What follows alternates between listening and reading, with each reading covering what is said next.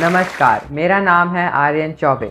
मैं empower talks को धन्यवाद देना चाहता हूँ कि मुझे प्लेटफॉर्म मिला कि आज मैं अपने थॉट्स आपके सामने प्रेजेंट कर पा रहा हूँ। आज मैं आप सबको एक बहुत ही इंटरेस्टिंग टॉपिक के बारे में बताने आया हूँ। उस टॉपिक का नाम है चंद्रयान-3। आप सब जानते ही होंगे कि चंद्रयान-3 अभी रिसेंटली ही श्रीहरिकोटा से लॉन्च हुआ है और वो चंद्रमा में जा रहा है। क्या आपको ये पता है कि चंद्रयान-3 को लॉन्च करने में कौन से रॉकेट का इस्तेमाल हुआ? Yes, the rocket is launch vehicle mark 3 or simply LVM Mark 3. Chandrayaan 3's main objective is to go to the south pole of the moon. South pole में मून के इतने बड़े बड़े गड्ढे हैं जहाँ पे करोड़ों अरबों वर्षों से सूर्य की एक किरण तक नहीं आ पाई। क्या इसका मतलब जानते हैं? इसका मतलब वहाँ पे जो भी पानी होगा वो फ्रोज़न होगा, वो बर्फ़ की अवस्था में होगा। और हमारा चंद्रयान-3 इसी जगह जाके उस रीजन को स्टडी करेगा। चंद्रयान-3 करीब करीब 625 करोड़ में बना और ये आदिपुरुष से भी कम है। और क्या आप जानते हैं कि चंद्रयान-3 की लागत चंद्रयान-2 से भी कम है। चंद्रयान-3 चंद्रमा तक लगभग 23 अगस्त तक पहुंचेगा और इसके साथ साथ वो लैंड करने के बाद लैंडर के अंदर से एक रोवर रहेगा जो कि चंद्रमा की सतह को करीब करीब 13-14 दिन के लिए स्टडी करेगा और जो भी डेटा रहेगा वो भारत को भेजेगा। क्या आपको पता है कि चंद्रयान-3 और चंद्रयान-2 में क्या अपग्रेड्स हैं? उन दोनों में अंतर क्या है?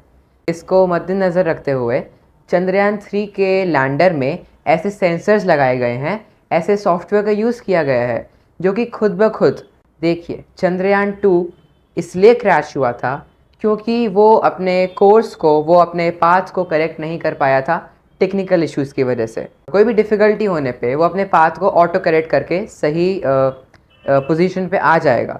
साथ ही साथ एक बहुत बड़ा बदलाव ये हुआ है कि चंद्रयान-2 का जो लैंडिंग एरिया था वो काफ़ी छोटा था। उसके कंपैरिजन में चंद्रयान-3 का लैंडिंग एरिया 2.5 बाय 3.5 किलोमीटर के आसपास का है, जो कि चंद्रयान-2 से बहुत ज़्यादा है।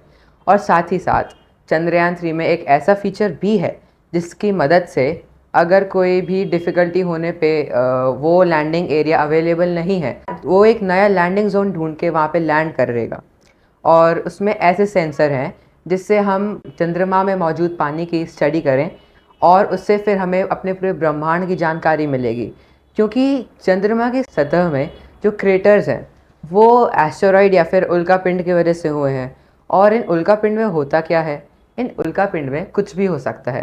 पानी, आयरन, टाइटेनियम, स्टील, निकल, आप जो भी तत्व की, जो भी एलिमेंट की आप जो भी एलिमेंट का आप सोच सकते हैं वो एस्टेरॉइड में हो सकता है। और यही एस्टेरॉइड चाँद में आते हैं, इसलिए चाँद की सतह में क्रेटर होते हैं। और इसी के साथ साथ मैं ये बोलना चाहूँगा कि इसरो के कोई भी मिशन से हमको एज अ सिटीज़न क्या फ़र्क पड़ता है? ठीक है, देश का नाम हुआ, लेकिन हमको डायरेक्टली क्या फ़र्क पड़ता है? मैं बताता हूँ। जो इसरो का बजट है, अगर आपको लग रहा है कि इसरो फिजूल का खर्चा है, नहीं, ऐसा नहीं है। इसरो का बजट भारत की जीडीपी का मात्र 0.8% है। आपको एक पर्सपेक्टिव देने के लिए बता दूं कि इससे ज़्यादा पैसा भारत अपने पोस्टल सर्विसेज में यूज़ कर देता है। इसी के साथ साथ मैं आपको ये बताऊंगा कि जैसे कि अभी नासा या स्पेस एक्स ये दूसरी स्पेस एजेंसी से पैसे ले रहे हैं उनके सैटेलाइट लॉन्च करने के लिए, वैसे ही इसरो भी कर रहा है। लेकिन अगर एक बार इसरो चंद्रमा में जाके सॉफ्ट लैंडिंग कर पाए तो ये पूरी दुनिया को इसरो प्रूव कर देगा कि हमें काबिलियत है।